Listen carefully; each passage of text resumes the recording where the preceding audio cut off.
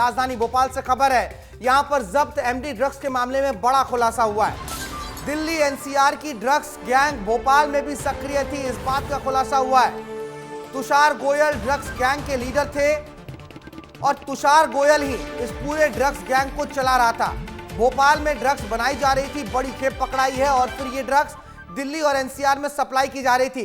International market में भी ये ड्रग्स पहुंच रही थी। एनसीबी और एटीएस की टीम ने कार्रवाई की है।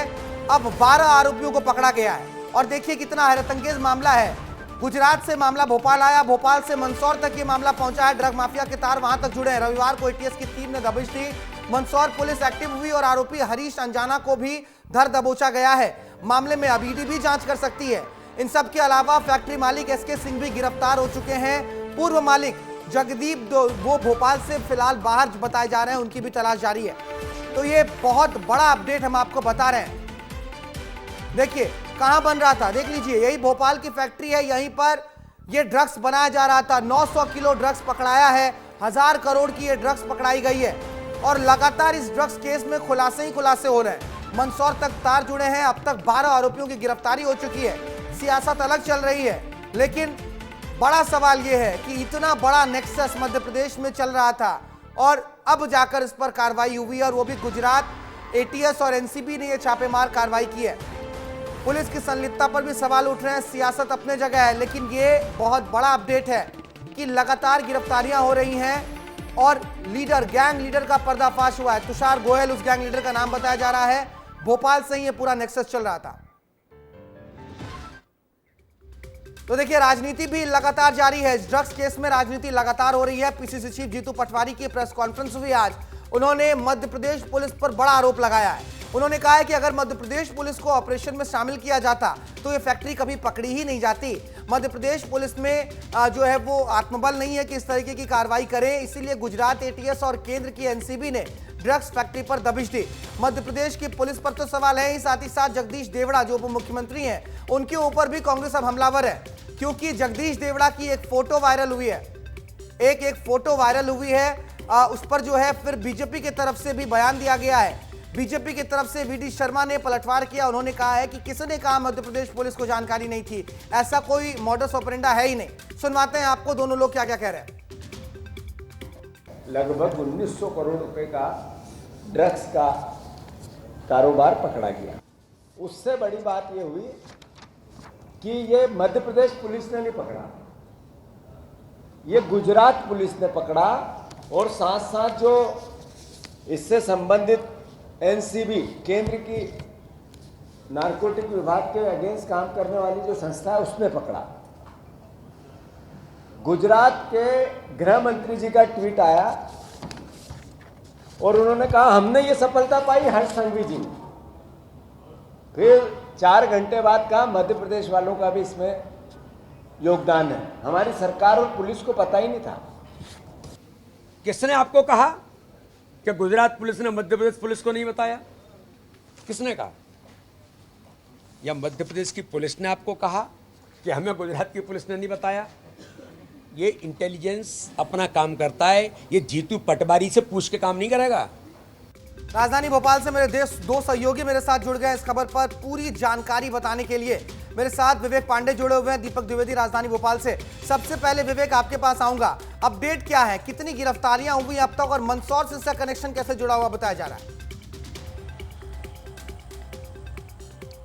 देखिए मंदसौर से इसका कनेक्शन जो निकल के सामने आया है, वहाँ पे एक ड्रग पेडलर है हरीश नाम का, हरीश अंजाना, उसको एटीएस ने गिरफ्तार किया। मंदसौर पुलिस भी उसमें कामयाब रही। लेकिन सबसे एक महत्वपूर्ण बात है कि अब तक कितने पेडलर गिरफ्तार किए गए हैं ये फिलहाल एनसीबी अपने जांच के दायरे में रखी हुई है, क्योंकि उसमें से 4 से 5 लोगों को हिरासत में रखा गया है। मुंबई से भी 2 लोगों को गिरफ्तार किया गया, भोपाल से 2 लोगों को गिरफ्तार किया गया है, यानी कि कुल मिला के 5 लोगों को गिरफ्तार ऑफिशियली कर लिया गया है। 3 से 4 लोग हैं जिन्हें राउंड अप किया जा रहा है, लगातार उनसे पूछताछ की जा रही है। भोपाल के एक एसके सिंह नाम के शख्स है जिन्होंने ये फैक्ट्री किराए पर दी थी। फर्नीचर का काम करना वो चाहते थे, लेकिन जो आरोपी है अमित चतुर्वेदी, उसने ये फैक्ट्री किराए पर ली और उसने कहा कि साबुन बनाने का काम करना है और उसके एवज में वो वहाँ पे ड्रग्स बनाता था। अब तक एनसीबी की और एटीएस की कार्रवाई ये हुई है मध्य प्रदेश और कई और राज्यों में। लेकिन जो सबसे बड़ी बात है इंटेलिजेंस फेल्यूर का, बीजेपी भले ही ये कह रही है कि जीतू पटवारी से पूछकर एनसीबी और तमाम सारी पुलिस की एजेंसियां काम नहीं करेंगी, लेकिन जो सबसे महत्वपूर्ण बात है कि आखिर पिछले 4 से 5 महीने तक लगातार ये फैक्ट्री में